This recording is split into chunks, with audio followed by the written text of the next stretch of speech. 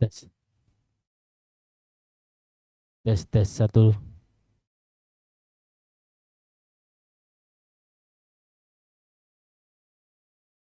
Selamat pagi.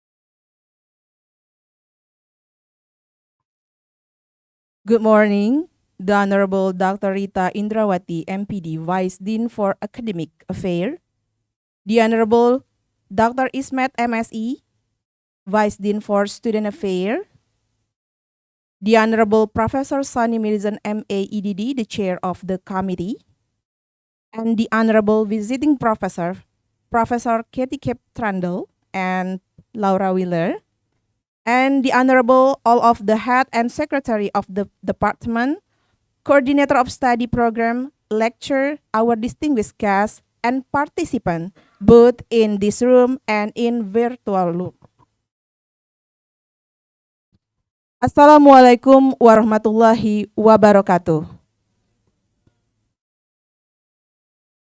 I am Susi Amizera, and it's a great honor for me to be here as a master of ceremony of this general lecture. And I would like to welcome to you all to the Studium General of Climate Change Education with Professor Katie Kip Trundle and Laura Wheeler at Faculty of Teacher Training and Education, Universitas Sriwijaya on Wednesday, 26th of July, 2023.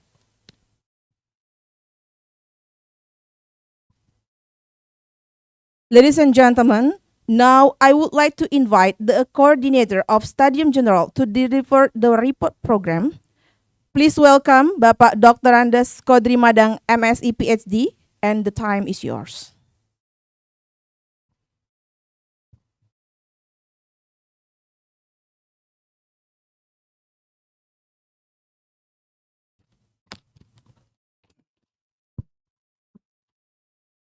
Assalamualaikum warahmatullahi wabarakatuh. Good morning. Alhamdulillahirabbil alamin wa bihi nasta'inu ala umuri dunya waddin. Wassalatu wassalamu ala asrofil anbiya wal mursalin wa ala alihi washabihi ajmain, amma ba'du. The Honorable Vice Dean Dr. Rita Indrawati, MPD, and Dr. Ismet, MSE, the Honorable our keynote speaker, Professor Katie Kip Trundle from Utah University, good morning, and Professor Laura Wheeler from Brigham Young University, both from USA, the Honorable Head of Departments, Coordinator of Study Programs, Head of Laboratories, Lecturer, and student within Faculty of Teacher Training and Education, Universitas Sriwijaya. Ladies and gentlemen, both of them we present in this Zoom meeting and in this room.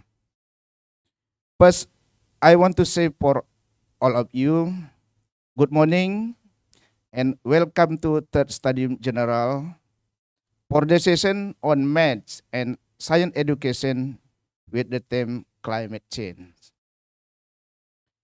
I am honored to be here with all of you today, and I am thrilled to introduce our distinguished keynote speaker, Professor Katie and Professor Laura, who will be leading the discussion on this critical topic.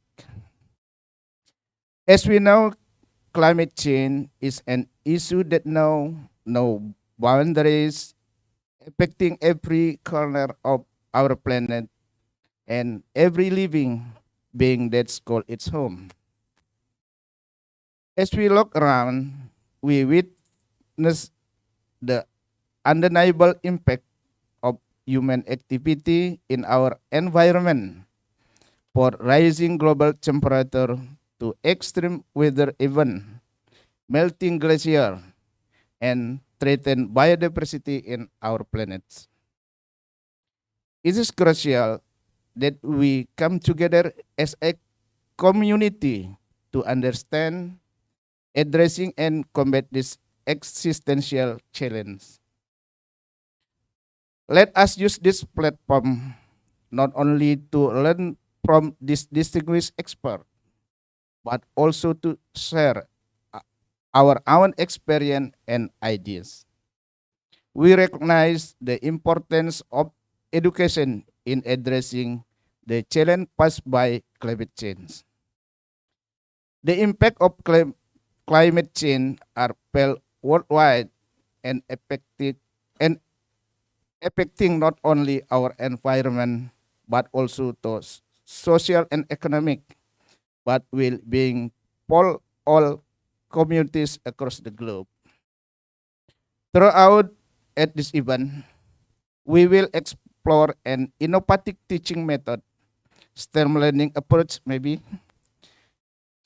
an impactful project that can foster a deeper understanding of climate change and its implication. I encourage all participants to actively engage in discussion, share your experience, and take some advantage of decision to expand our understanding and knowledge about climate change education. Let us together use the power of education to shape sustainable future for our planet. The last, once again, welcome to third Stadium General in the session on maths and science education with the theme climate change. Let's make this session be empowering and inspiring experience for all us. Thank you. Wassalamualaikum warahmatullahi wabarakatuh.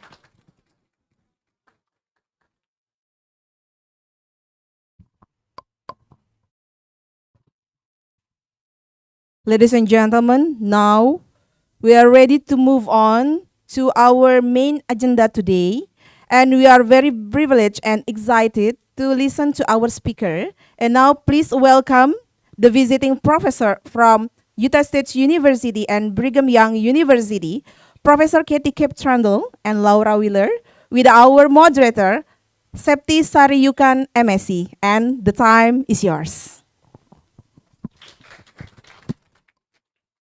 Thank you very much, Ms. Susi, for introducing me. Hello, everybody. My name is Septi Sariyukans. I am from Mathematics Education of Sriwijaya University, and I'm here to be moderating you in this first session of this Stadium General. Okay. The respected Dean of the Faculty of Teacher Training and Education, which is represented by the Vice Dean of Academic Affairs, Dr. Rita Indrawati, and the Vice Dean of Students and Alumni Affairs, Dr. Ismet, the respected Chief Executive of this visiting Professor Events, Professor Sony Mirizon, the respected Coordinator of today's Stadium General, Dr. Kodri Madang, and all of the team committee that have been working hard to make this event going well. And I would also greet all of the participants that is joining us today. There are some participants that are joining via Zoom and also participants that are coming to this room. Okay, I will also greet the two keynote speakers. We have here Professor Katie Trundle. She is from Utah State University, and also Professor Laura Wheeler from Brigham Young University. For you that have been joining us since Monday, you know that the two professors were actively participating in our visiting professor program. And in this session, we will be talking about climate change education. For your information, Kathy and Laura have been joining some researches in this collaborating with the Dean of the Faculty and also the faculty member of this, the Faculty of Teacher Training and Education since around 3 years ago. And now we are going to listen the research findings about the climate change education that they have been done before, okay? Without any further ado, let's just listen to our presenter today. Thank you for the warm welcome and salamat pagi. It is such an honor and a privilege for Dr. Wheeler and I to be invited to come here and work with you. I have been working with your esteemed dean, your honorable dean, Hartono, since 2008. So for a very long time, we've worked together. And I've had the privilege of working with more of the faculty, including our colleagues here, on the current research project. And Laura just finished her degree at Utah State University and has accepted her dream job in Utah at Brigham Young University. And she is an amazing scholar and she is an amazing colleague. And she's working with us and has presented this research at the top research conferences. So it's been very well received at the top research conferences, and we're working on a publication now out of this work. So we'll share.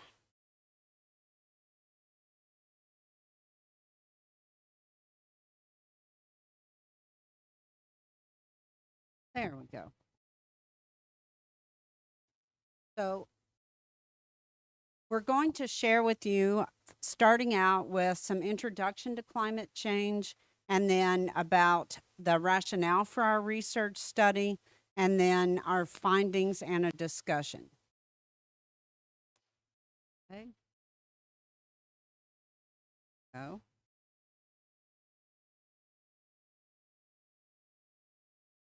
Didn't go. Okay. So here's our overview, our agenda. First, we'll look at an overview of climate disasters. What are climate disasters? What are the global implications of climate disasters? What are the local implications for Indonesia? And then we'll share our research and findings with you. The title of the study is Indonesian Pre-Service Teachers' Beliefs About Climate Change.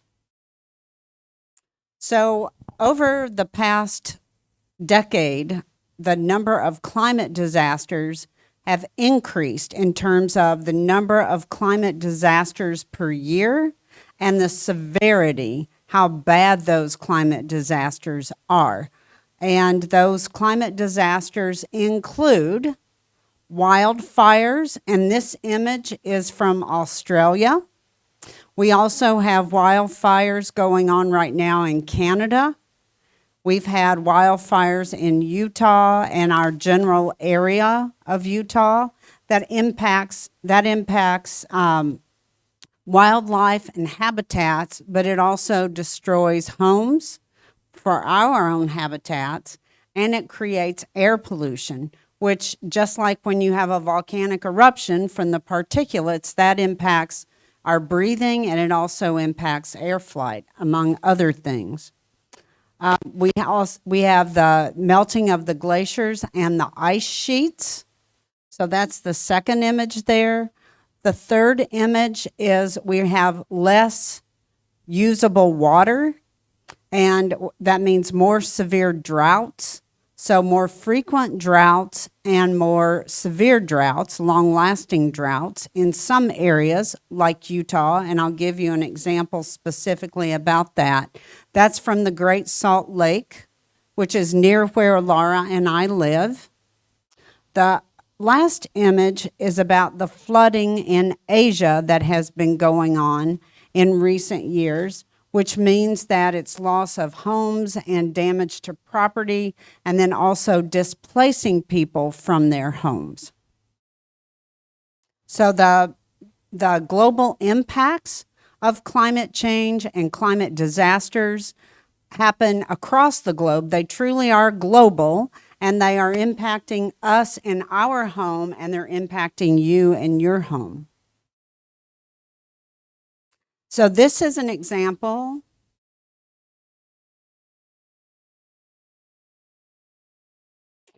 This is an example of data that directly relate to drought. So the data here on the axis, on the vertical axis, those are the numbers of inches of snow in Utah, and specifically in Salt Lake City area.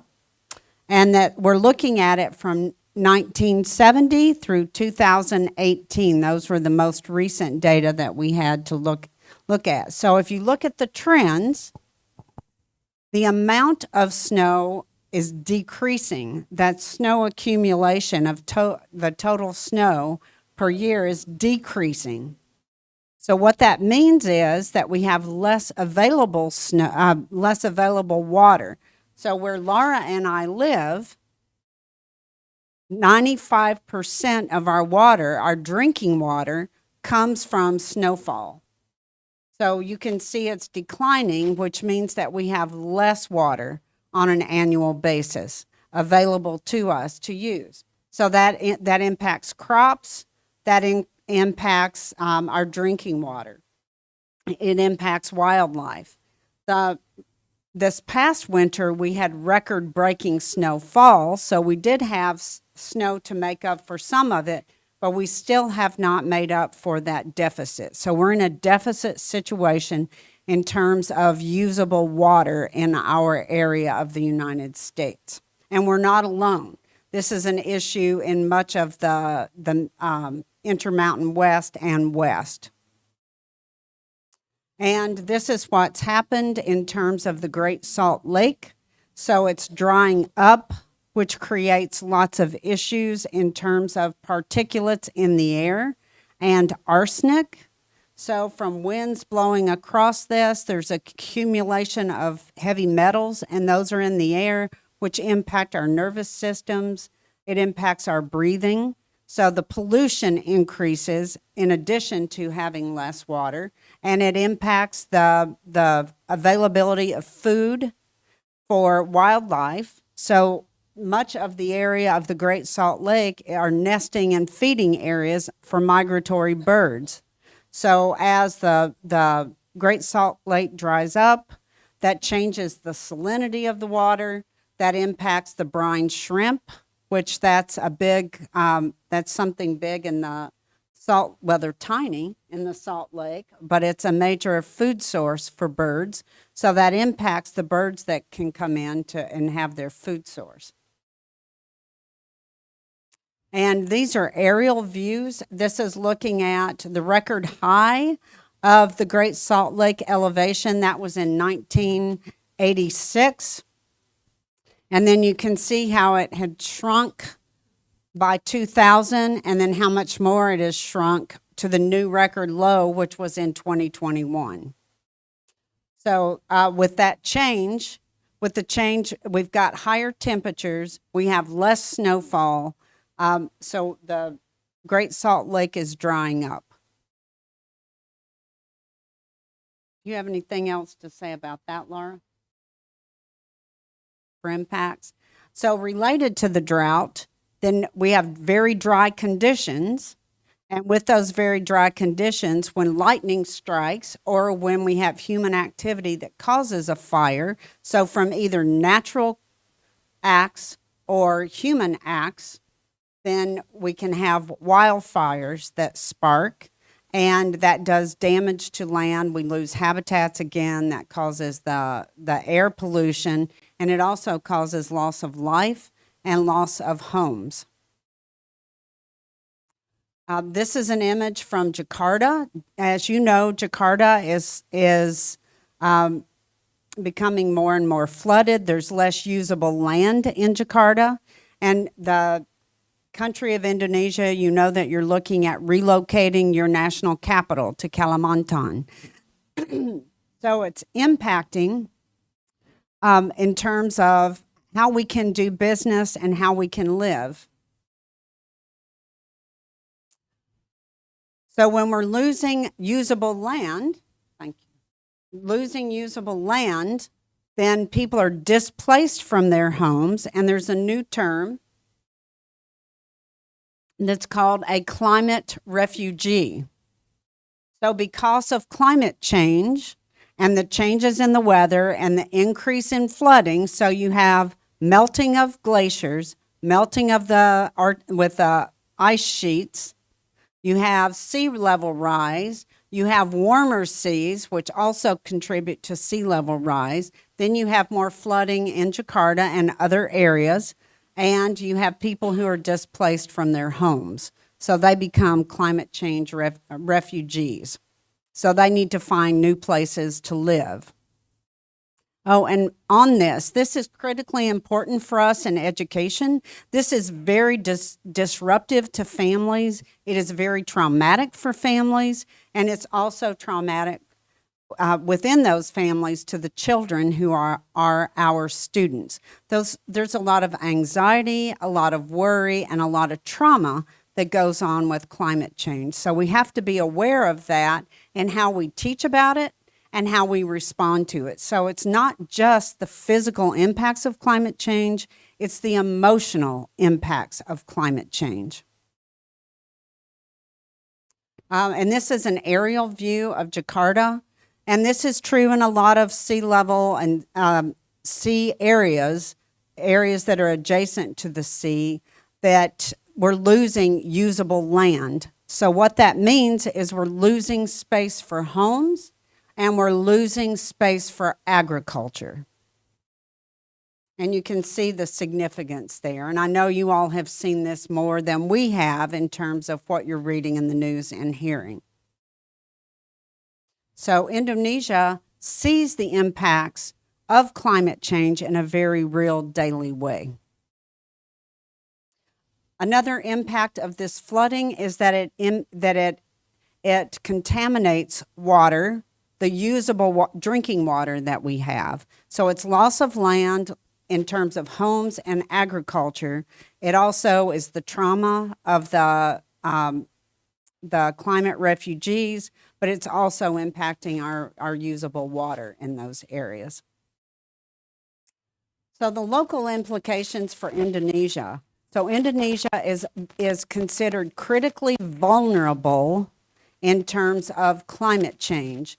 A reason for that is, as you know, Indonesia is the largest island nation in the world, and you have about 270 million people. That's a lot of people in the area, a lot of beautiful people and culture and beautiful areas, but it's also a lot of people who are vulnerable to climate change. You've got 17,000, more than 17,000 islands. It's very volatile area. That's what it's called. It's a climate change volatile area for extreme weather. So that means more frequent typhoons and more frequent and more severe typhoons. And that results in more frequent and widespread flooding related to those storms, but also related to, as I mentioned earlier, warmer seas and with the melting of the ice sheets and the glaciers. The rising sea level has created the climate refugees, as we saw in the images, and it's having people displaced from their homes.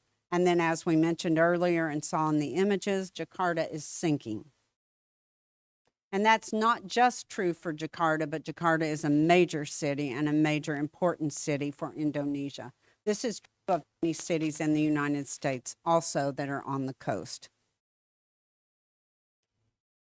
So this project, as we mentioned, is an amazing group of people. It's been very delightful to get to know your leaders, your professors, your dean. I've worked with your dean for many years, as I mentioned, but we have a great team of collaborators right here at your beautiful university. And these are the folks who are working with us on the project.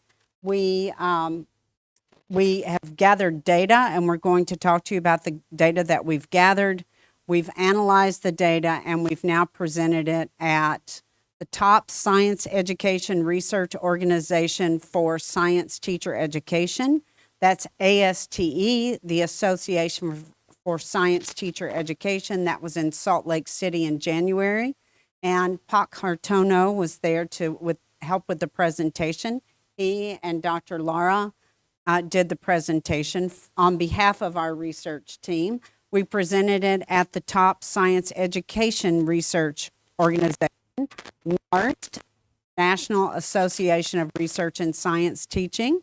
And Ibu Rita came to the United States in Chicago and worked with Laura to present at that conference. And also the top education research organization in the world is it's AERA, but it stands for the American the Association of Education Research. Okay? No, it's the American Education Research Association. A is for America. Yeah. But it's AERA, and it is an international organization. And Ibu Rita and Dr. Lara presented at that conference also. We are going to be presenting at the end of August at the ISERA, which is the European Science Education Research Association, and that will be in Cappadocia, Turkey. So it's been presented at the top research organizations in our field. And we're very grateful, and Ibu Sari and others at this university who've worked with us on this important research. From the United States, we have a colleague in North Carolina, Dr. Rita Hagovic, at Utah State University. With me is Dr. Ryan Knowles, and Dr. Laura Wheeler is now at Brigham Young University, as we mentioned earlier. We have collaborators in Turkey, and those collaborators are Dr. Mesut Saçkas, who is my former doctoral student from Ohio State University, and Pak Hartono knows him from when they were in Columbus together at the university in their graduate studies. Dr. Elvan Sahin is at Middle East Technical University. She is an expert on climate change research, and she was instrumental in the development. She was part of the team that developed the instrument that we use to collect data in this research study.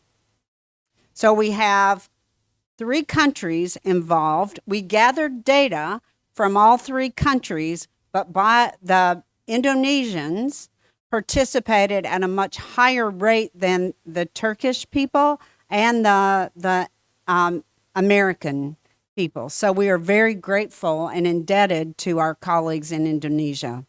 And we appreciate if you participated in that study. So these are the universities that involved, just to summarize, including your own university. So the rationale for our study: why are we focusing on climate change? Why is climate change important? So this is to summarize. We talked about some of this already. To summarize it, there are increased frequency and severity of climate disasters.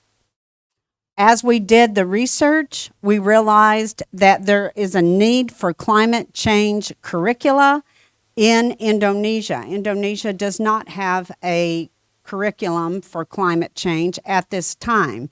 So your faculty members, your esteemed faculty members, have gotten funding to develop a climate change curriculum, and we're collaborating on that project going forward for the next 2 years. So we'll be developing a curriculum collaboratively, and we will be piloting it, revising it, and then researching the efficacy of it to impact and help address some of the lack of knowledge about climate change. So it's less stress-inducing, less anxiety-producing when we can understand it and understand what we can do to make a difference with climate change.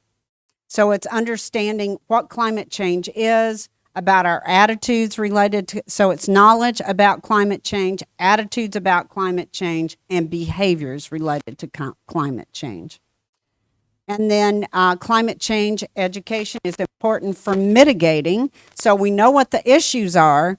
How can we do something about it? How can we make things better for the future and for the next generations? So the Indonesian curricula, as we mentioned, has omitted primary and secondary level climate change education. So the purpose of our study is to examine pre-service people who are learning how to teach, looking at their attitudes about climate change, including their awareness of climate change, their uncertainty beliefs, their values, and their behaviors related to climate change. So it's more than just what do they know about climate change. So it's their dispositions and behaviors also. Our research question is, how do Indonesian pre-service teachers' attitudes about climate change compare between elementary, science, mathematics, social studies, and language education pre-service teachers? Eventually, we hope to be able to compare pre-service teachers between Indonesia, Turkey, and the U.S., but we're still gathering data in Turkey and the U.S. So Indonesia is leading the way, and we applaud your efforts, and we're grateful for your efforts. And we're hoping to catch up. So the participants for the study that we're reporting to you today include over 2,000 Indonesian pre-service teachers. This is an amazing N. If you've read research, to have more than 2,000 participants respond to a survey, and it is a long survey, is remarkable and extraordinary. So that is really a tribute to your professors and the researchers on our team. So these are how they break down in terms of the content areas. And there's an image from the beautiful pre-service teachers in Indonesia. Here, this is a more graphic representation of the numbers of the content areas. As you can see, the majority were science, social studies, mathematics, and languages.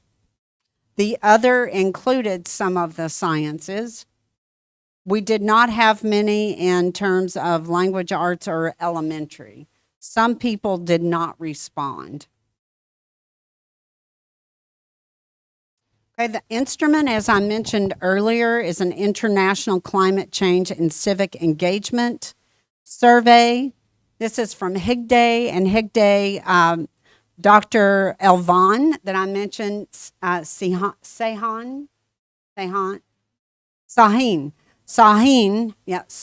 S-A-H-I-N. Sahin, Dr. Sahin is on that research study that developed the survey. So we gave that instrument was developed in Turkish. We translated it. So I think Ibu, sorry, you did the translation for the survey. And then we had someone do the translation for the survey in Turkish. And Ibu Rita helped also, so on the translations. So we looked at, is this a reliable and valid instrument? And the Chromback Alpha is in the adequate range. There were 12 demographic questions and 125 questions that were mostly Likert scale. And then I'm going to turn this over to Laura to present the results of that research.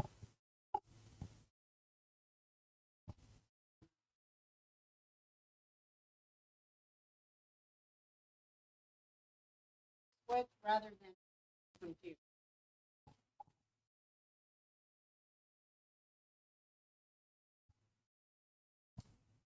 Okay, I would like to inform to all the participants, if you have any questions, you can just simply raise your hand.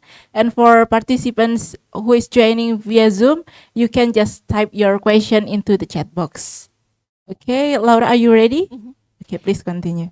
If you were here for yesterday's lecture, then you know we talked about qualitative research. This would represent the other lens through which we can look. This was a quantitative. So you'll notice our research question was, how do they compare?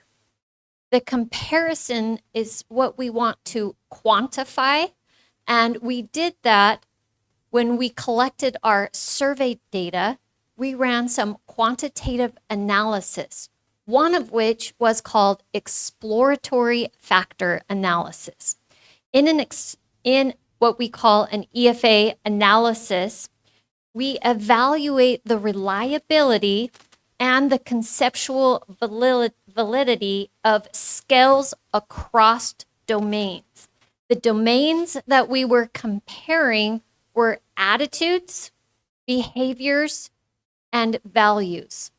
So the survey questions then would fall into one of these three categories, and then we could compare those categories. That's our factor analysis. The second analysis that we ran is called Roche IRT modeling. This is where we looked at the knowledge, or what do pre-service educators know and how does that compare? Then we ran the ANOVA, which is where we could then compare that knowledge across the content areas. So this is some advanced quantitative analysis of surveys. So first, for the factors of the attitudes. When we looked for those questions on the survey that were addressing attitudes of pre-service teachers, they fell into one of two categories. Either they had a belief or a believing attitude, or they had a denial attitude. So we were able to put the questions into one of these two categories. The question that was loaded for the highest belief, meaning if you believe in climate change, you most likely answered this question with a high response. That is, the effects of climate change are likely to be catastrophic. If you had an attitude of denial, then the question that was answered most prevalently was, I consider information about climate change to be irrelevant to me. In other words, they might be thinking, I don't think this really matters to me. So that was the attitudes. But now we wanted to look at the survey questions that addressed behaviors, or how do you act or behave because of your attitudes? This was able to fall into three categories. These three categories we came up with were based on previous research that's been done into the area of climate change. And the researchers have discussed these three main types of behaviors. One is activism. The other is being an advocate. And the other is being a participant. If you are if you have behaviors of activism, the question that loaded highest for this was, I encourage others to take actions on behalf of the environment. So to explain, if you have activism behaviors, that means that you not only do things yourself, but you want to help other people change what they do. If you are an advocate, then the question that loaded most highest was, I turn off lights I'm not using. That means you take actions. And if you are a participant, the question that loaded highest was, I purchase products in reusable or recyclable packages.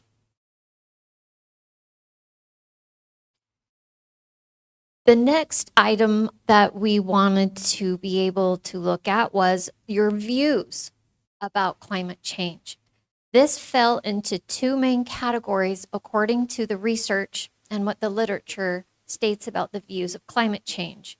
One of which is ecocentrism, and the other is anthropocentrism.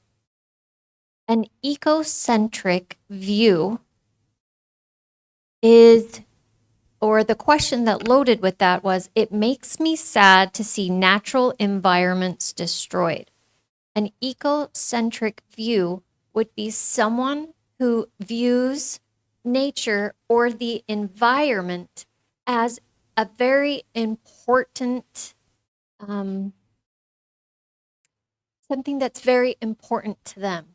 Where anthropocentrism is the question that loaded highest is one of the most important reasons to keep rivers and lakes clean is so that people can have a place to enjoy water sports.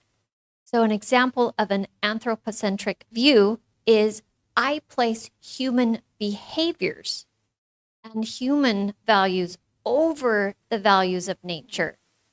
So when comparing these two, you either had an ecocentric, meaning I think that nature and the environment is more important than what a human wants, or anthropocentrism, I think that what people want is more important than the needs of the environment.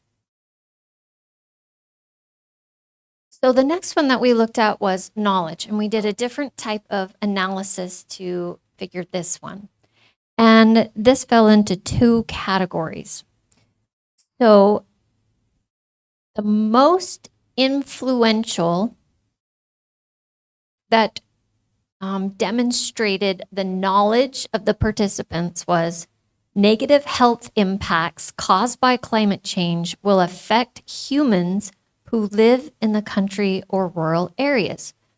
So by answering this question, they realized that climate change can have impacts on the health of both people in country and in rural areas. They recognize it will have those impacts. So like one of the things that Dr. Trundle talked about earlier is just when we have wildfires or we have droughts, the air or the air pollution can be so bad that it can impact human health, not just water rising, but the impacts of climate change.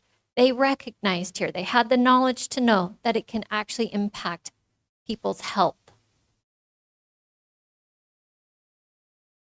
And on the knowledge scale, the one that people knew the least about was that an increase in air pollution is one of the most important reasons for climate change. So most people on here didn't know that air pollution is an important reason or connected to climate change. So the results of our ANOVA, remember this is where now we were comparing across the different domains of educators. So we had our primary educators and we had our secondary by content area. So those who had the least amount of denial were the language education and science education. This is very good. It means your science educators are very familiar with climate change and that they were not denying it. I know this might seem interesting to you, but there are a lot of people in this world who say, there is no climate change. It doesn't exist. This is not a real thing. And it's because they don't understand. For instance, in Utah, they say, we don't have global warming. It was very cold at wintertime.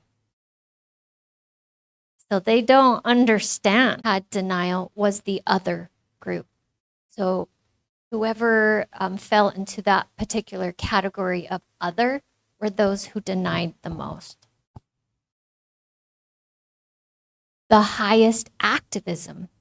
So remember, these are those people who not only make decisions for themselves about climate change, but they try to influence the actions of others to help other people and make them aware, would be mathematics and other.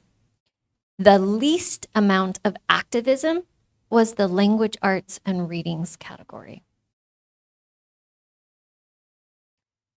The strongest participants, meaning those people who make decisions for themselves, would be the elementary or the primary, and the least participation, so those who participate in the least amount of behaviors, was the language arts and reading. The least anthropocentric was the social studies. So this is that group who places the environment as very important to them. But the strongest anthropocentric, that means those who believe that what humans want is more important than the needs of the environment, or the elementary or the primary pre-service teachers. So when we put and we think about all these results that we got from this quantitative analysis through these different tests that were done on the data, we have to step back and say, what does this mean? What are these main conclusions and things that we need to draw from the study? So one is that there is a high degree of variability by major. This means that your knowledge, your attitudes, and your beliefs can very heavily depend on your area of study. And that kind of makes sense. If you are a science teacher or maybe a social studies teacher, maybe you've had more schooling and you've had more learning about climate change. The other thing that we took from this is that the other category had the highest degree of denial and the highest level of activism.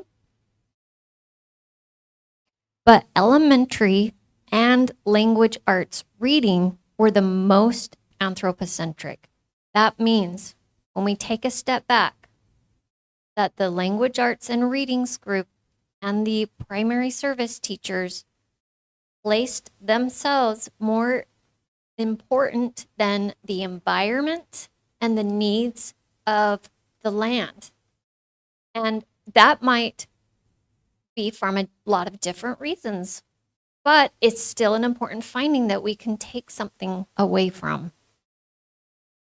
Our science, math, and social studies group, they recognized these issues and they were making connections.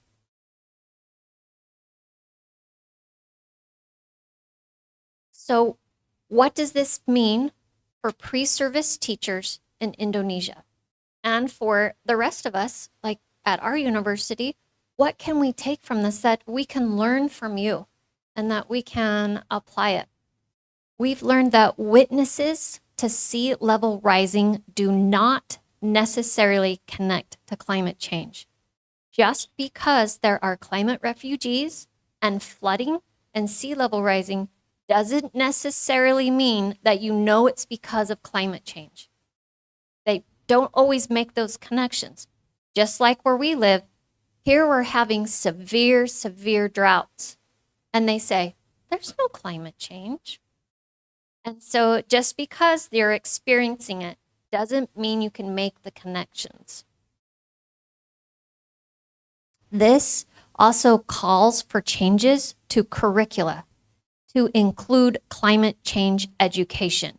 We know this because the science teachers had different attitudes, values, and knowledge than those who maybe had not been educated. So this says, if we can educate and we can include it in the curricula, then maybe we can change attitudes, behaviors, knowledge. And we know that teachers need courses and professional development on how to teach climate change. And we learned from this study. Because of this, we know it must start at early grades with our elementary or primary teachers, because they also exhibited some of those anthropocentric views. We need to start with elementary teachers because they need to be able to prepare teachers and the children to understand the effects of climate disasters and develop resiliency.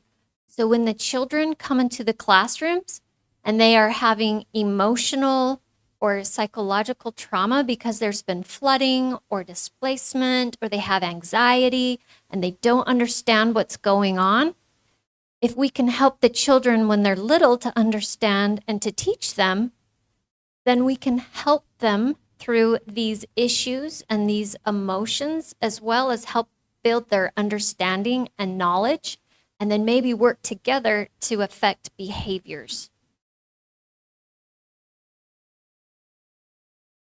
So, terima kasih. Thank you.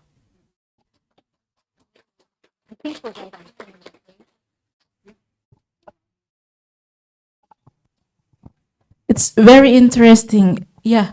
Sometimes we know that a little example, like we know plastic is having bad impact to our ecosystem, but we still use plastic. And based on these findings, we know that people are experiencing with climate change effect, but they don't have motivation to, we say, overcoming this crisis, right? It's very interesting. So if you have any questions here about the findings and also about how we can overcome this climate change crisis through education, yeah, please just raise your hand. And for participants in the Zoom, you can post the question on the chat box. And thanks to Laura for representing our group so beautifully. I wanted to add one other way to look at ecocentrism and anthropocentrism. Ecocentrism, we think about, I am responsible for taking care of nature, that nature and I are interrelated, and I am responsible for taking care of nature. Anthropocentrism, someone would say, nature is for me to use. Nature is for my benefit. Nature, that in my mind, it's okay to strip away land, to do clear cutting of trees because I need paper. So it's that nature is for my use. Okay, thank you for the addition. We have one comment. I see one comment from the Zoom, but also, is there any question from the participant in the room? Okay, well, I think we just move from the first question from one participant in the room. Okay, please, what is your name? Okay, good morning. My name is Fitri Ramadhani. You can call me Fitri. Fitri. I'm a student of mathematics education.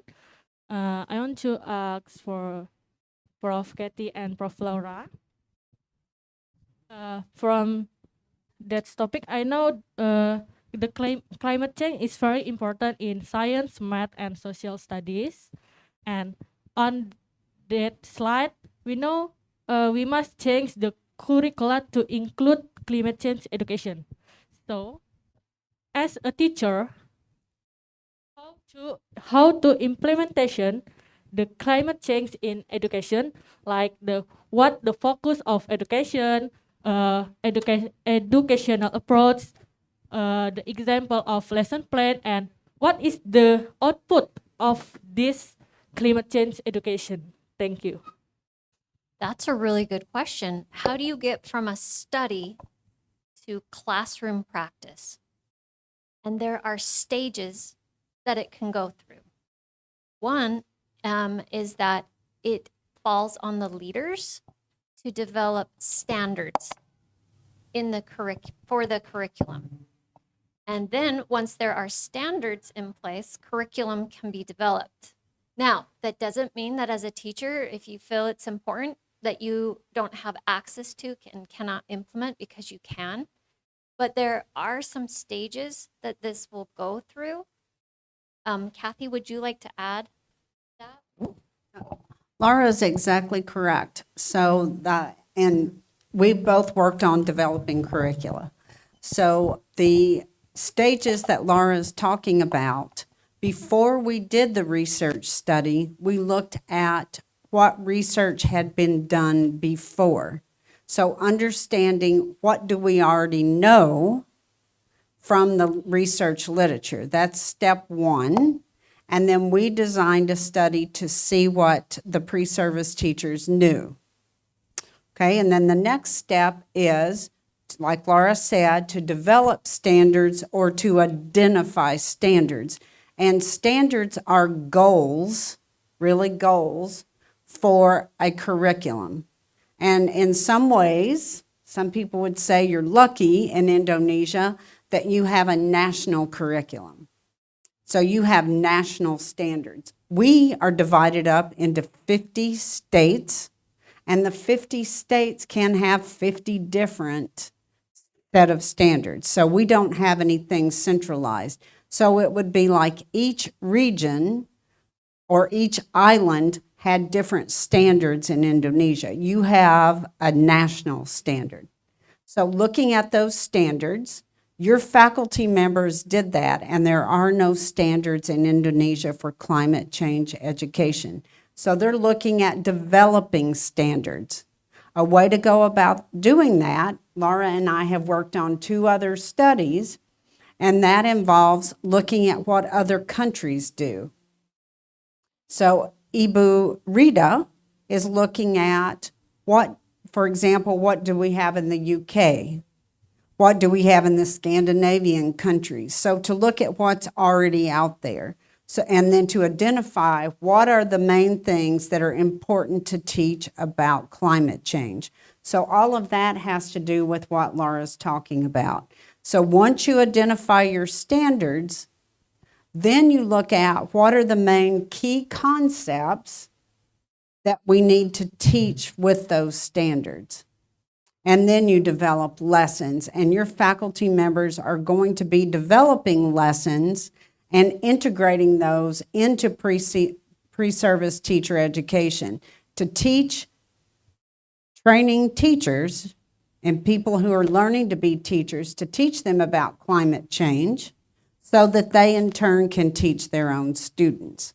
So the first step in terms of developing lessons will be developing lessons for the university classes, and then developing lessons for elementary, middle, and high school. An important step with that also is looking what curricula are already out there. For example, Stanford University has curricula that have been developed for middle and high school. NASA has some things that have been developed, and one other federal agent, UNESCO has a section on climate change education. So looking at existing resources. So they're doing it very systematically. We talked about research. I loved how Laura connected this is a quantitative study. And one of the things you said yesterday, if you were in our session about research, it is very systematic.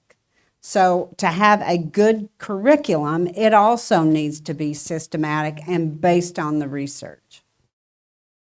Anything else to add to that? I'll just add that there was a time in the United States where we had little or no climate change. But I was a classroom teacher and it was important to me.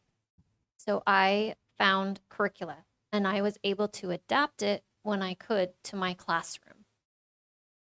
And now it's starting to catch up with the standards that are in place. But there are resources available if you would like a head start. Is that answering your question? Can I ask again?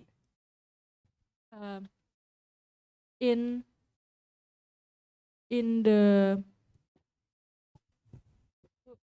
the climate change education, we have standard. So we have a concept to developing the lesson. How about the planning template for the education in the classroom? What kind of template? Like the lesson plan, if we want to teach Oh. student about Okay. climate change. Your best friend is Google. You can go and put climate change math lessons. Just Google it. And then you can look and see what would work for me, what doesn't work.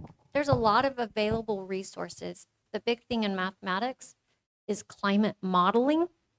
And there are a lot of online computer models where students can analyze data and they can graph and they can draw conclusions from the data, which would be helpful in mathematics. And although I don't have those right off the top of my head, there's wonderful resources that people have put a lot of time into developing, and you can look at them and see what would work for you in your classroom needs. I agree with Laura in terms of looking for what's already out there. I would add one word of caution to make sure that you are only using things from reputable sources. So if it ends in .com, you want to avoid that. You want to look for things that end in .gov and .edu. For example, I mentioned Stanford University and the climate change curriculum there. Their website ends in .edu. The NASA and the other government agencies end in .gov. So you want to look at reputable. There are people who develop lessons and they can put anything on the internet and it's not even the correct content. We have a USDA, United States Department of Agriculture grant that is $6.8 million, and part of that is to develop a curriculum about sustainability and biodiversity. So that is on the USU, Utah State University.edu website, and that's free. So things that are free from government agencies and from reputable resources are better than teachers paid teachers, because those are things that you have to pay for and they're not necessarily good. They're not good quality. In terms of a template for lesson plans, we use a 3H model. And that 3H model, raise your hand if you've heard of hands-on learning. Hands-on learning? Well, I think some teachers don't always use a standard to develop some lesson plans. Right. Yeah, they only imagine what will they do in the classroom, and Right. using step by step of doing. Yes. The hands-on learning is where you're working with manipulatives, you're doing investigations, so you're doing something rather than lecture. So that's hands-on. We also include hearts-on, which is affective.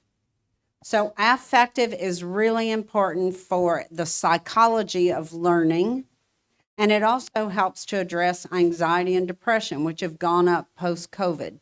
So in times of climate change, in times of global pandemics, that the anxiety goes up.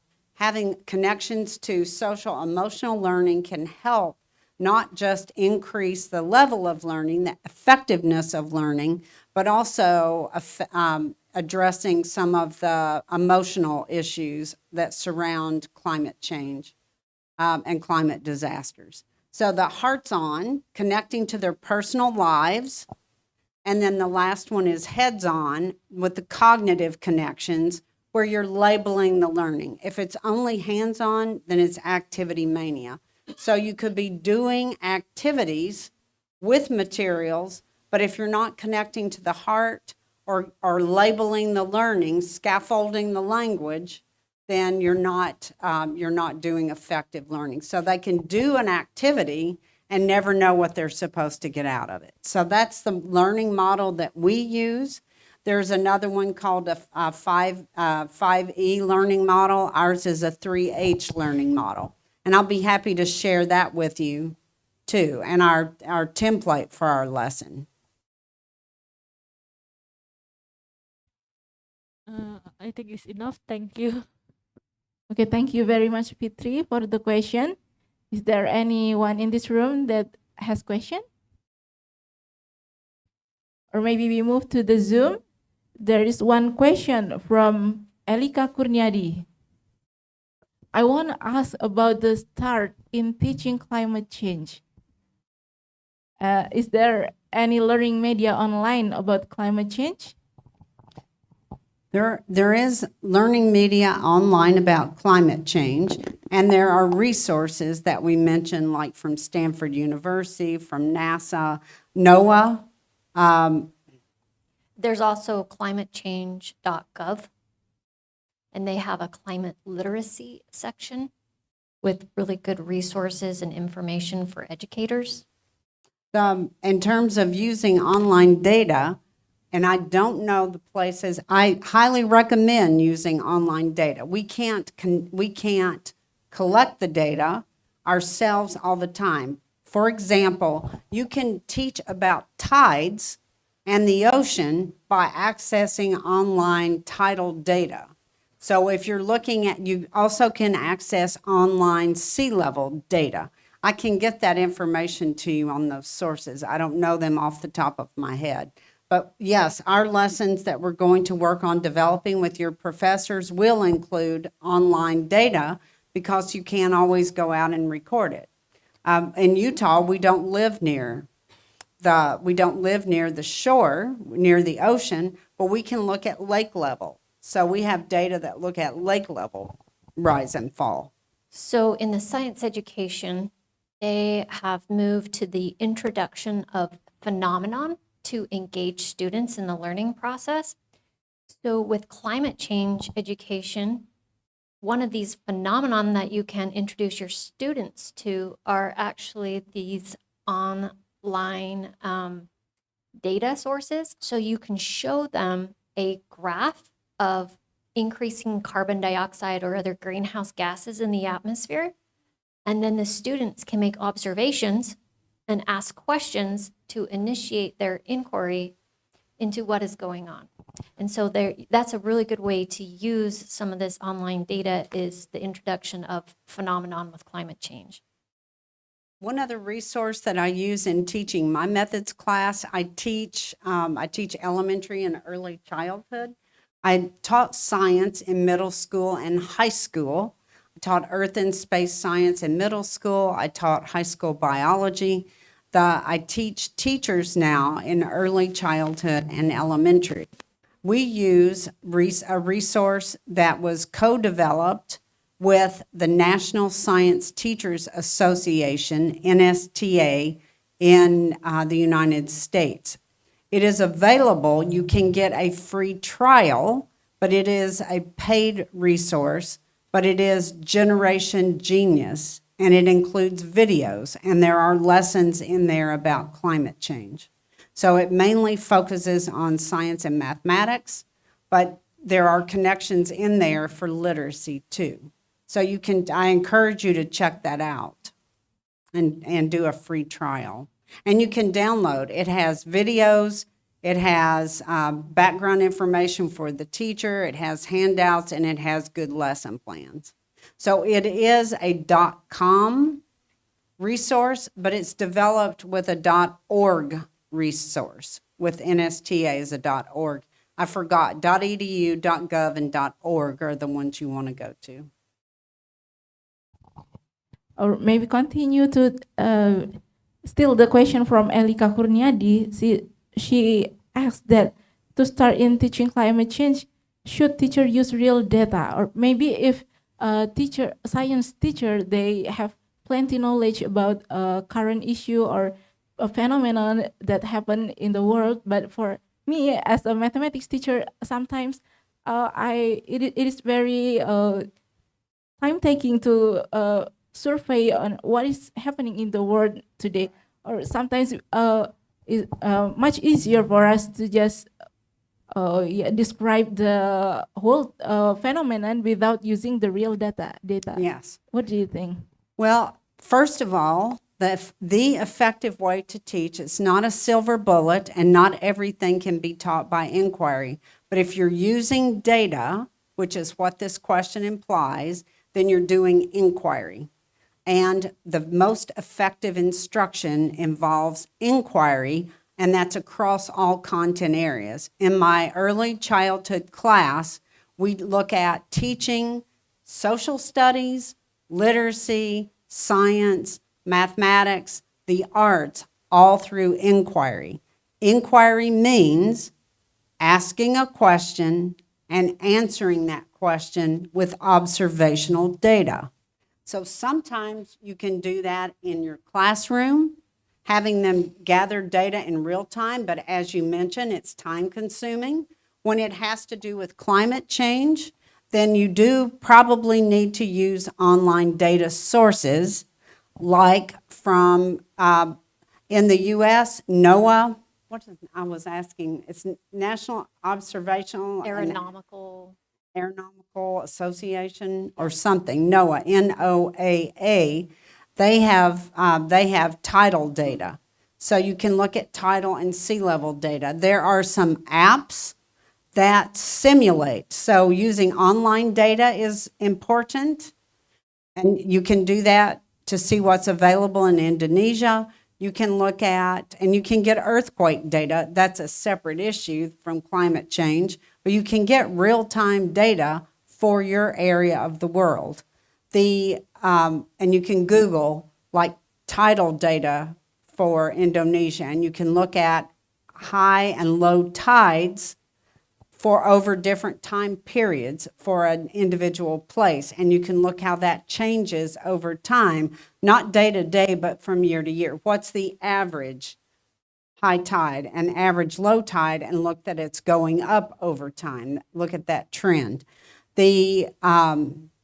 So tidal data, yes, using online data is highly effective. The other thing, to do inquiry, so the observational points are something that someone else gathered and you are analyzing them to look for patterns. Okay, the other thing is something Laura mentioned on day one, is about simulations. My team has done research on simulations.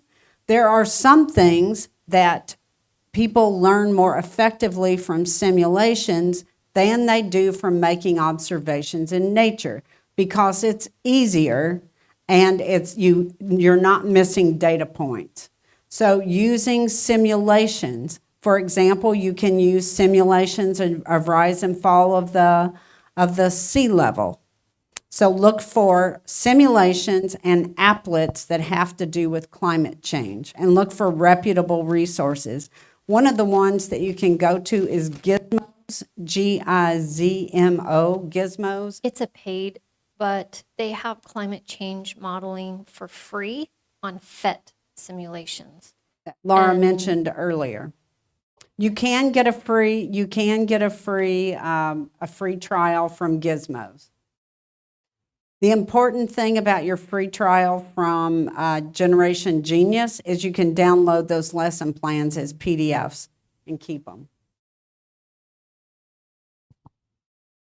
Okay, we are moving back to this room. Any question from this room? There are some other questions Yeah. up higher if you want to scroll up. Yes. Okay, then we go back to the Zoom. We have a question from Bapak Agung Subiantoro. I would really appreciate and thank if the instrument or article in which the instrument developed and used can be informed here. Yes, and I will be happy to provide that article. We use someone else's instrument. So I'll be happy to provide the article, and that's Dr. Sahin and her team developed that instrument, and I'll be happy to share it. If you can help me remember, then I can set that up to send it. Okay, then we will wait you to share to us, and then we will share Share to to the the participants. participants group in WhatsApp group. Yes. Okay. I see one more question in the Zoom from Aziza Husin. I think in Indonesia, students don't really understand a lot about climate change. That's why they don't care about it. Could you explain more? May it correlated to curricula? Yeah, I mean, this is one of the things, it's an interplay between knowledge, attitudes, and behaviors. So you have to understand a phenomenon to be able to care about it. So the first step is knowledge about climate change. One of the things related to denial, some people say that it's a natural cycle of the earth, that this is not man or woman, human influenced, that it happens naturally. But human activity has escalated the rate of climate change. So it's about helping people understand that climate change is real. So the first step is the knowledge. So that has to do with content. And then they have to understand it before they can care about it. So the caring usually comes after the knowledge. And then the behaviors follow after the attitudes. So yes, I agree with that. What about you, Laura? I agree, and that's why this study was so important. Because before we can affect the children in Indonesia, we have to help the teachers first, and then they can go help the children. Okay. I have a question. You mentioned earlier that the earlier we educate our children about climate change is the better. Do you think in what age do you think a child should have a knowledge about and realize about the effect of climate change? Well, I think in the early grades, we start by teaching what is climate and helping them understand the difference between a weather event and then climate. Because our climates are changing, which is long-term weather data over time. But that's something we can do at an early age, is helping them understand the difference between daily weather and long-term climates of an area. Kathy, anything else to add that we could do with early childhood? And so I've worked in early childhood my whole career, more than 20 years, probably 25 years in higher education on early childhood and elementary. So Laura's right, we have to teach them about climate. Also, we have to teach them about systems and the interrelatedness of humans to the environment. And I think Indonesia is perfectly poised for that. You see yourselves in general as part of the ecological system. So we have to help children see that what they do impacts the environment. So it's not necessarily directly about climate change, but it's about environmental systems and teaching about sustainability and respect of life and respect for the environment. So I think those values and the knowledge can start very young, like in preschool.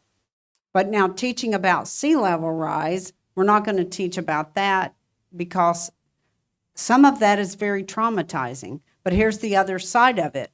Children are living it. There are children who are losing their homes because of rising sea level. So we need to help them be able to understand and also to deal with the emotional impacts of that for children.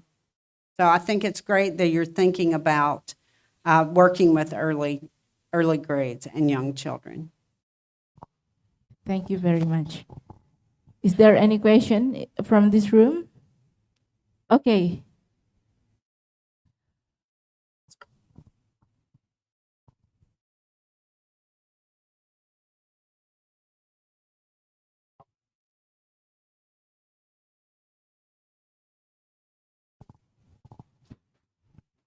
Okay, thank you for opportunity. Okay, let introduce myself. My name is Razan Gantama NJ from Biology Education. I have the question for the Professor Kathy and Laura. The question is, if we want to teach climate change, which is priority, teaching material or learning models? To be explained. Thank you.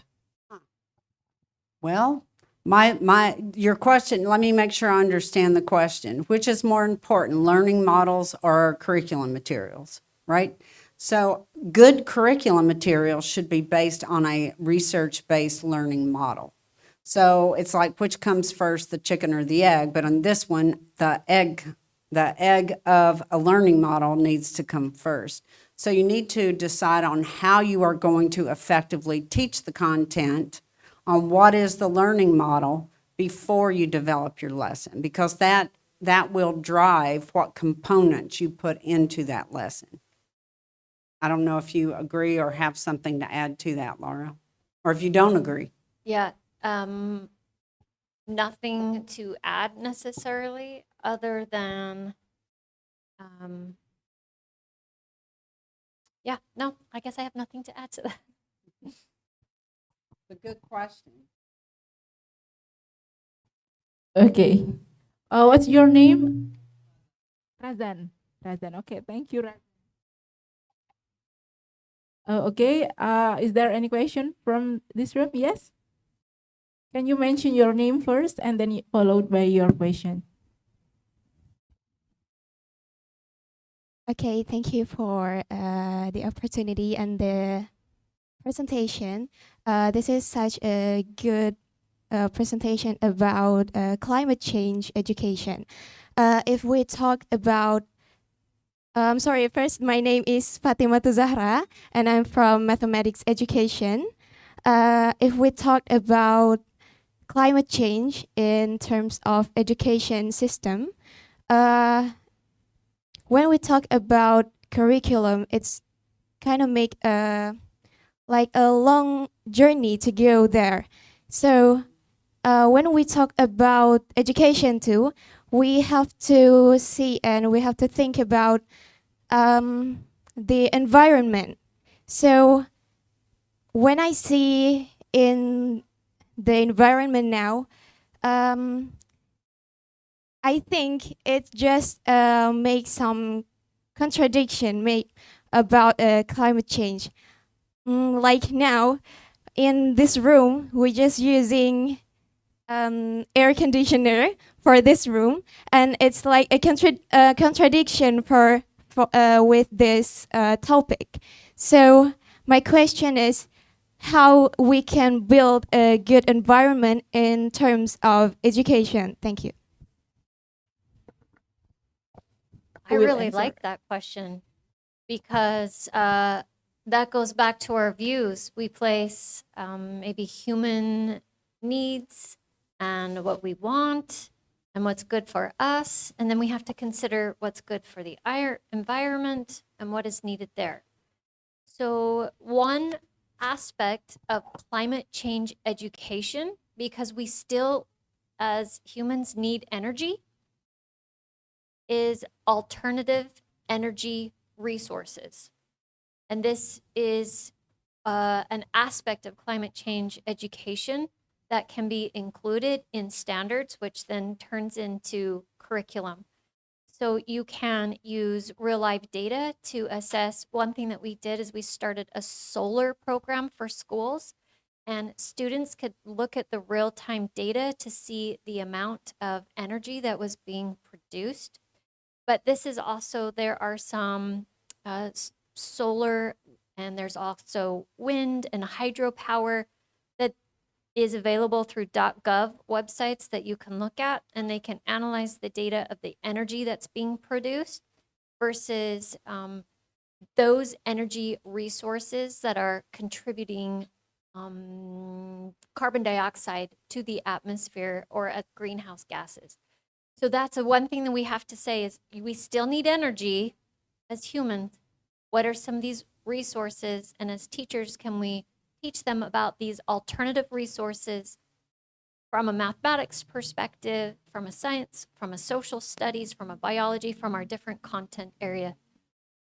Kathy, anything to add? One of the things that, and it is a great question, one of the things that UNESCO and, what's the other one? UNESCO is the one I'm going to go with, is that we need to be thinking globally and acting locally. So what are some things that we can do on a local level to help? And that would be children coming up with a plan on what we can do. So do we really need the lights in this room? You know, where can we cut down on the use of energy? That was the only thing I think I had to add to that. Yeah, this opens up this whole conversation on problem-based education where children can address local problems and come up with local solutions. Yeah. Problem-based learning is really excellent for that. And I just wanted to take a pause for a second and say that every time I come to Indonesia, I am deeply humbled and very, very grateful to you.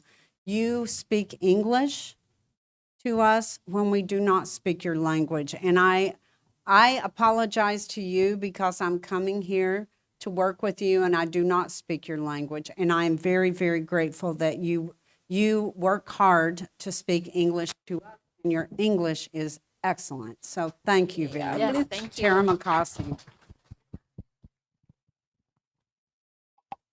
Okay, maybe it needs a whole country to make our ecosystem to overcoming this climate change crisis.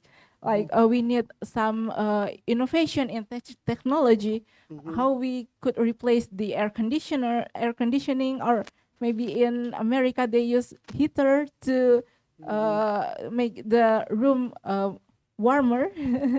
I think it needs a lot of effort to. Yes. Well, and for the big solutions, our governments have to work together. The last time I talked about this topic in Indonesia, I talked about eco-justice. So what's happening is some of the wealthier countries are less impacted by the consequences of climate disasters. We're all being impacted, but in terms of socioeconomic status, countries that have lower income are being more dramatically impacted. So the other countries have to recognize this and need to take action to help remedy. So one group of people can't do it alone. So this is why UNESCO and some of the global organizations are working together to make sure that we can cooperate. And, you know, politically, it swings back and forth. It depends on the politicians that are in. But that's also how we can act locally in terms of with our voting to try to make sure we're voting to support environmental issues. Thank you very much, Kathy and Laura. Is there any more question from this room? Okay, please.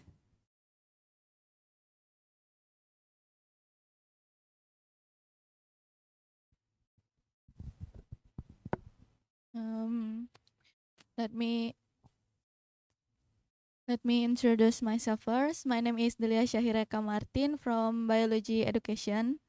I wanna ask about on our first day we studied digital literacy.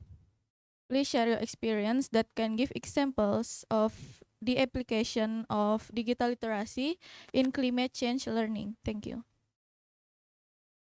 That's a really good question. So I would suggest that you visit sites like the PhET simulations for biology. They specifically have some on carbon cycles, which is affected in the biology department specifically. So your students, we use computer modeling because it helps our students understand how science can be used to predict future events. And so when we use computer models, they understand that they can predict what could happen into the future in the amount of carbon in our cycles, in our atmosphere. So I would highly suggest going to PhET simulations, finding the carbon cycle simulations, and that will bring in technology and climate change and help students understand how we could predict future events.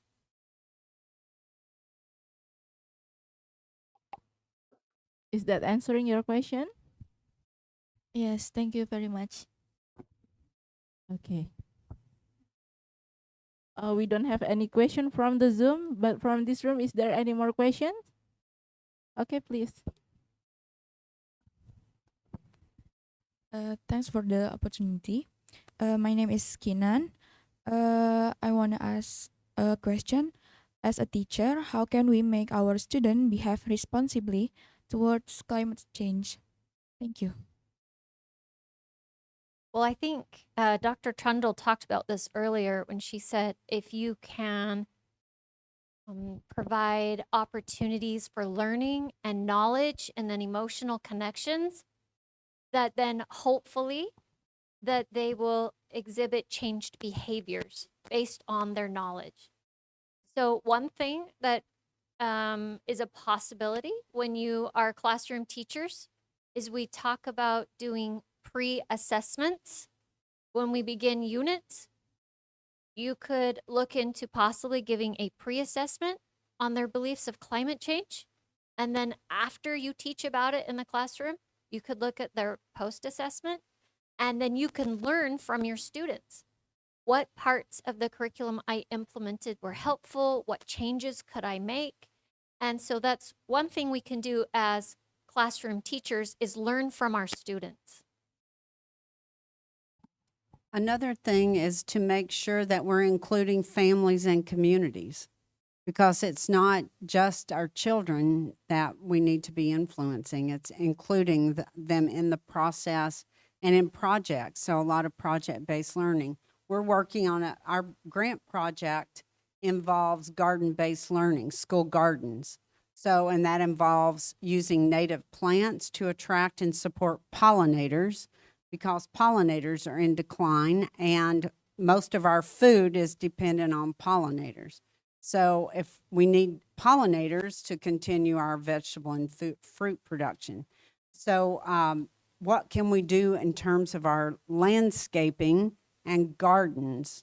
So you have lush vegetation here. So how can we protect those forests? So those are the types of things, but that goes beyond the individual student, thinking about the family unit and then the community. So that's, again, a system. It's a social system. You've got the environmental system and you've got the social system. Good questions. I think there was a question in the back.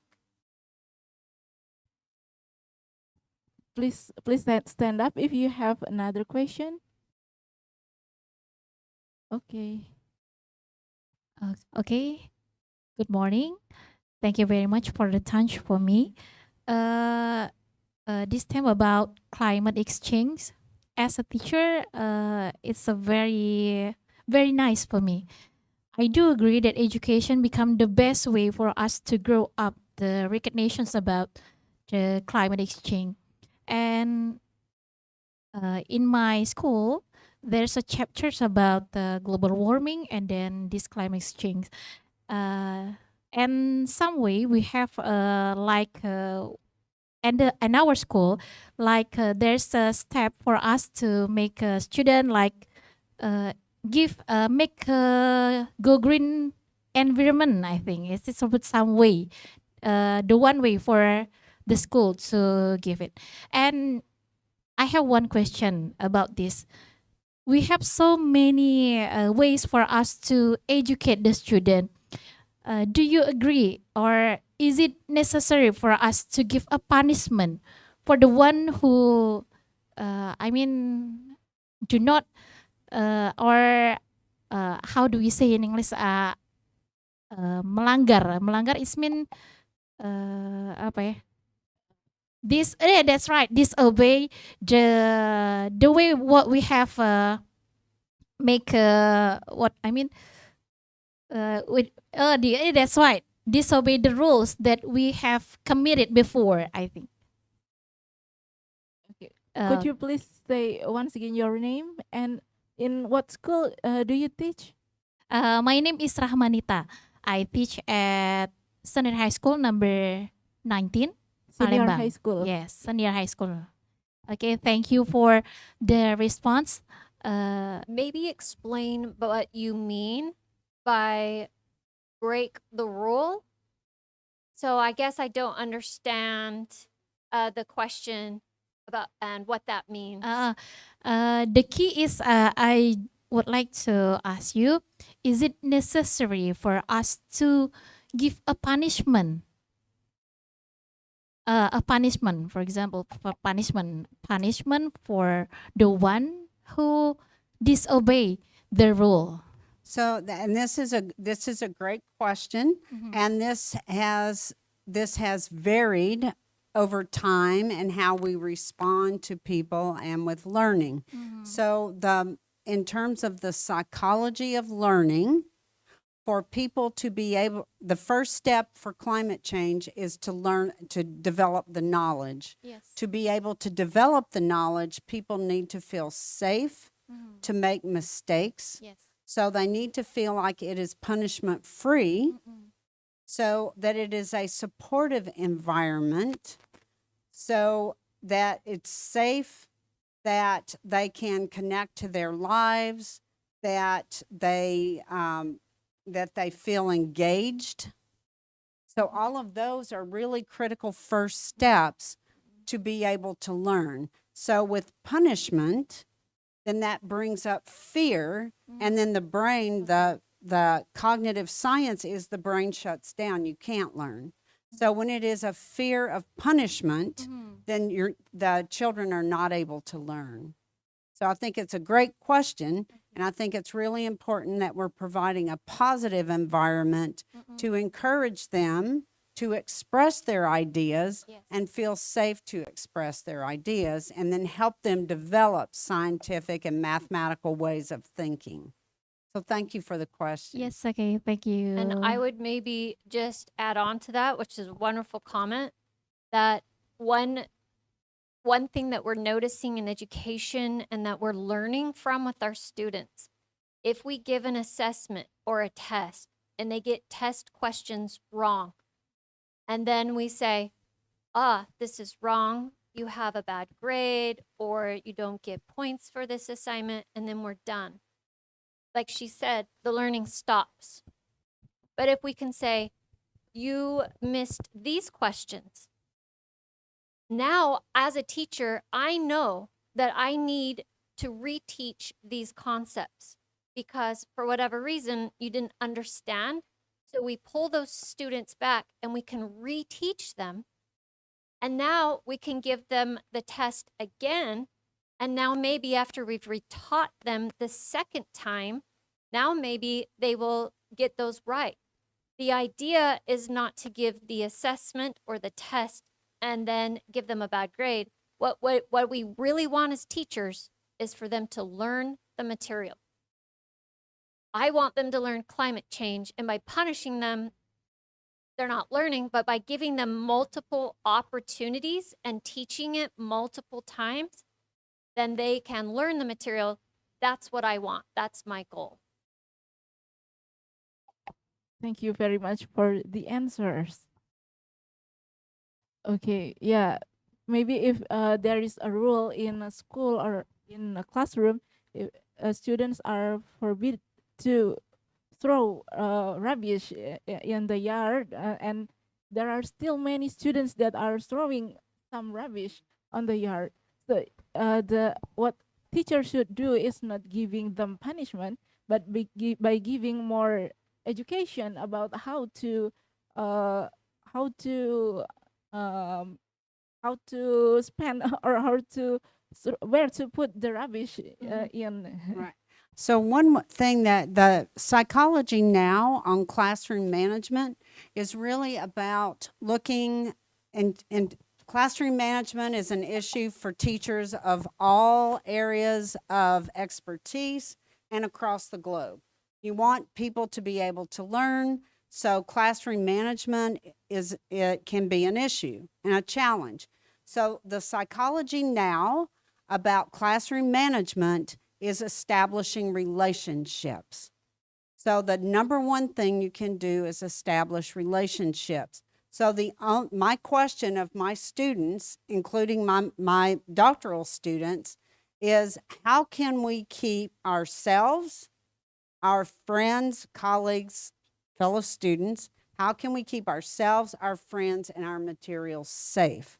So safe means physically safe, and it means emotionally safe.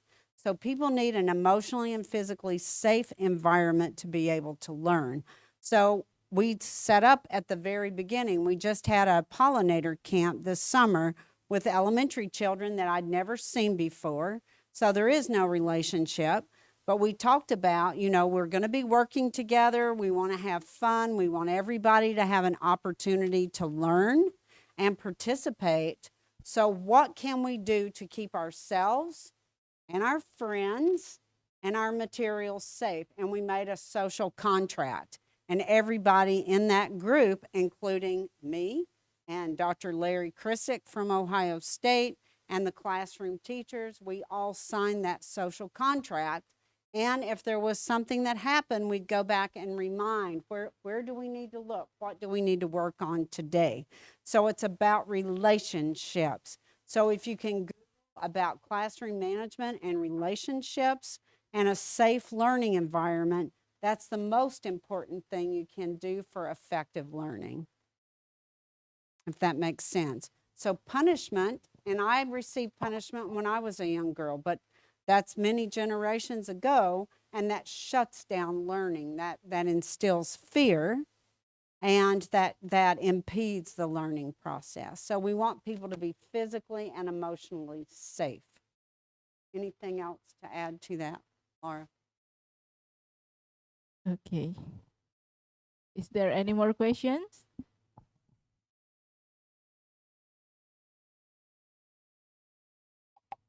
Laura, I have read your article about using a song into a classroom, right? The song is about the bird and the beast, the flowers and the trees breadcrumb.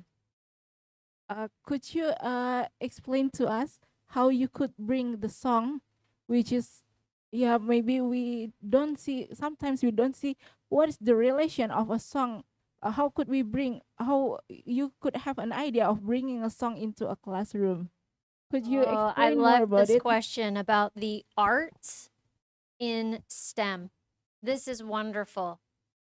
So there's much research on how adding arts into STEM, making it STEAM, helps as a bridge to connect science and mathematics concepts. One thing that is wonderful about music for children and for adults is in our brains, it helps us remember concepts, and we remember things better when it's attached to music.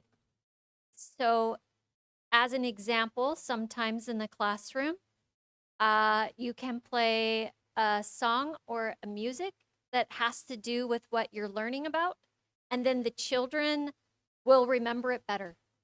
So that's one fun thing about bringing music into the classroom, is increasing memory and bridging science and mathematics.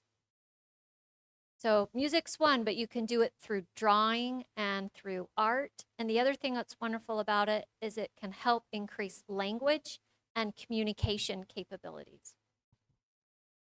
Well, if I look at the lyrics of the song, the song start by the bird and the beast and the flowers and the trees, and it ends to love. Yes. How it could have a relationship? Yes. And that's because we know that the bees and birds can act as pollinators, which increases the production of fruits and vegetables and plants. And so that's what the song is about. It was actually a catchy tune developed in the United States, an old song that's been around for a long time, but it was very catchy and had a tune that kids can remember and think about productivity and fertilization and pollination. One thing to add to that, this article is out of our grant project with the garden-based learning. The garden-based learning project with USDA funding is what I mentioned to you earlier, that we're developing a curriculum around for sustainability and biodiversity, and it is STEAM-based. So it's integrating the arts. So at our B camp this summer, we implemented some of those lessons, which include music and dance and the visual arts. So those are performing arts, music and dance. And then it used visual arts also, like sculptures and painting. So this part of the 3H model involves the affective. So the affective is connecting with children through music and dance and creativity. So that connects to the heart, and then you connect to the content that goes with that. So when you're connecting with the heart, the hands, and the mind, it will be more effective. They feel more engaged, they feel more invested, and they can see the applications in their lives. So when someone feels emotionally connected to the content, they are more open to learning it. So yes, and those lessons will be available and free online. So the integration of art helps with the learning and the affective aspects of learning. Oh, and in Indonesia, as you know, the beautiful art, it's a very art-rich culture. We were in Ubud and saw the batik. This is from Kalimantan batik. And then, but we saw the batik, the wood carvings, the silver jewelry, the basket weaving, the dances, and we saw beautiful dances here. So the point is to connect that culture into your classrooms and look at how the content can be taught by integrating those arts, or the content can be enriched by integrating the arts. And starting out at the beginning, we always start our lesson with something, and that's why two people have mentioned that now, that song, is because it catches your attention. It connects to your heart. So thinking about how you can connect to their hearts. And I do know this, Linga is a doctoral student at Utah State, and Laura has had classes with Linga, and I have been Linga's professor. She came from Sriwijaya University. She is interested in looking at mindfulness and learning. So mindfulness is an important part of your culture also. So building on that cultural richness and bringing that into your classroom is important. So it's not separate from your teaching, it's part of your teaching and part of your curriculum. That's what we're going to help your professors with in developing the climate change. You want people to feel positive about it because it is overwhelming. It's overwhelming and depressing. You look at the pictures that I showed, those make me feel sad. So we need something to help people feel hope. So we need to have the hope and the encouragement in that to address that anxiety. Thank you very much. Great questions and wonderful participation. We are grateful and humbled. Thank you. Well, there is still 30 minutes for discussions, but is there any more questions to ask from in this room?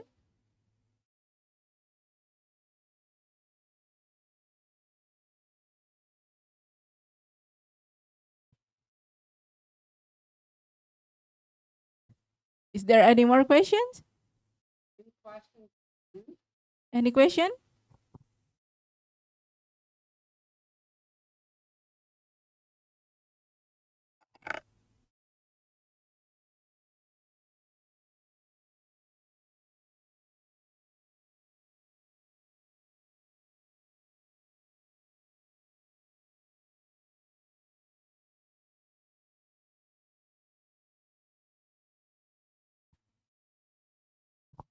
Okay.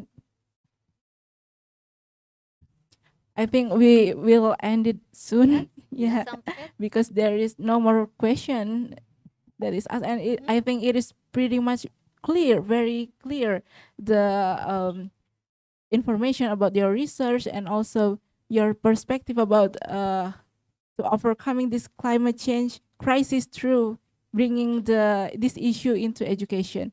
It's very, very interesting. Thank you very much. And I will say that in our future presentations, I think I'm presenting on social emotional learning. I'm presenting on social emotional learning in another session. So I'll talk more about the importance of connecting emotionally to support learning. And then what else are we doing? Are we doing anything on arts integration? I don't remember. I could do that Yeah, I've got early childhood. I will talk about the 3H model in early childhood. So I'm talking about early childhood and social emotional learning. So those will connect to your great questions today. Excellent participation. This the best I've ever seen in a session. Thank you very much. We need to give them. Yeah, yeah, please give us a round of applause. Okay, I have few words to close this discussion. Yeah, we have a very insightful discussion today, but our journey towards combating climate change doesn't end here. Let us carry the knowledge and inspiration gained from this Stadium General into our communities or to our students at school by implementing 3 activities. The first is hands-on activities, hearts-on activities, and heads-on activities.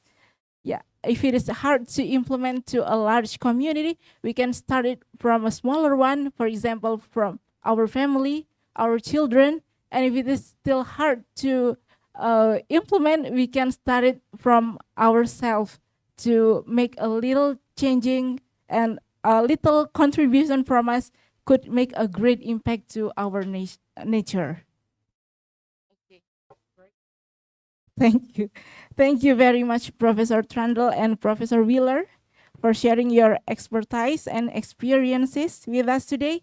And lastly, big thanks to all of the participants for being actively engaged in this Stadium General. I am Septi Sariyukan. Thank you very much.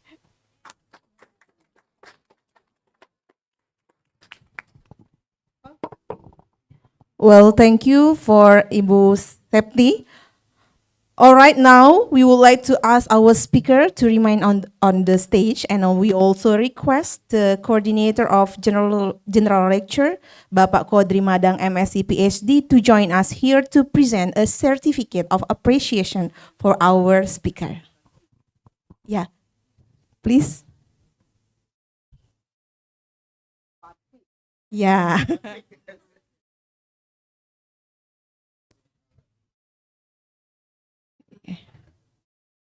Yeah. Yes.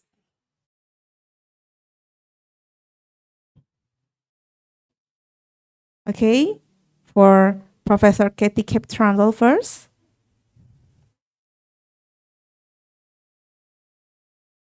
And then for Professor Laura Wheeler, the certificate of appreciation.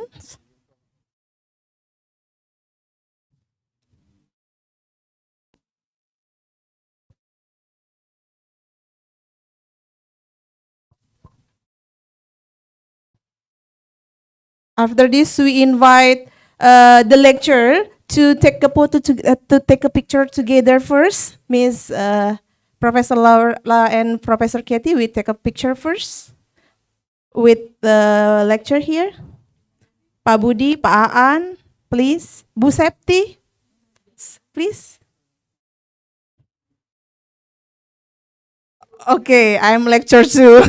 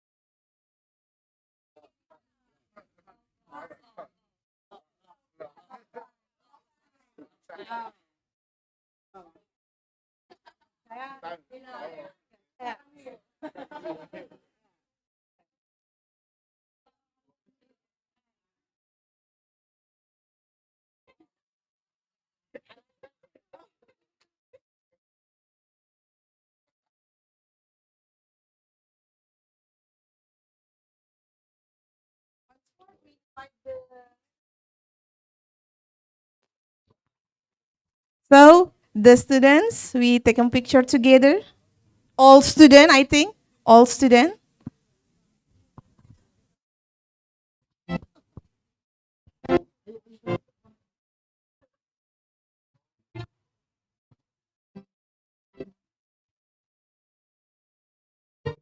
Maybe we just divide into session, yeah, two session. Yeah.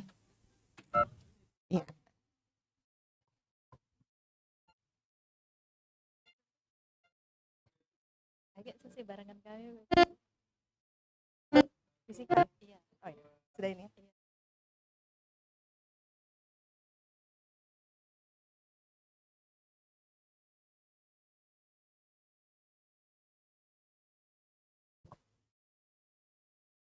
Okay, for the next session.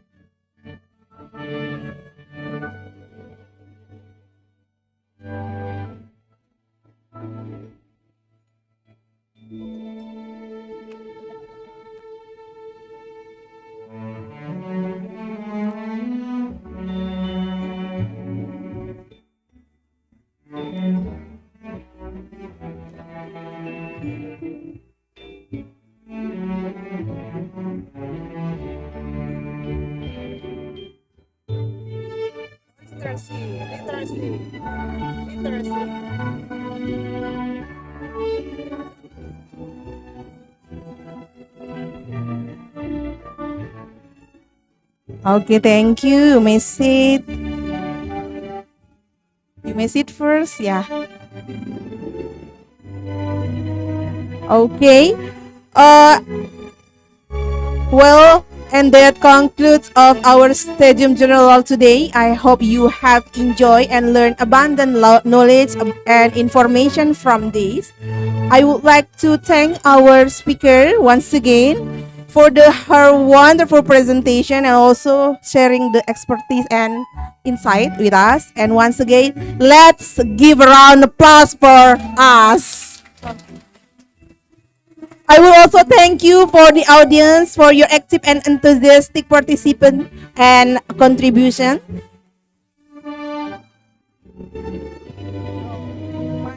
Good, yeah. Once again, that's all for today. Thank you very much. Wassalamualaikum warahmatullahi wabarakatuh.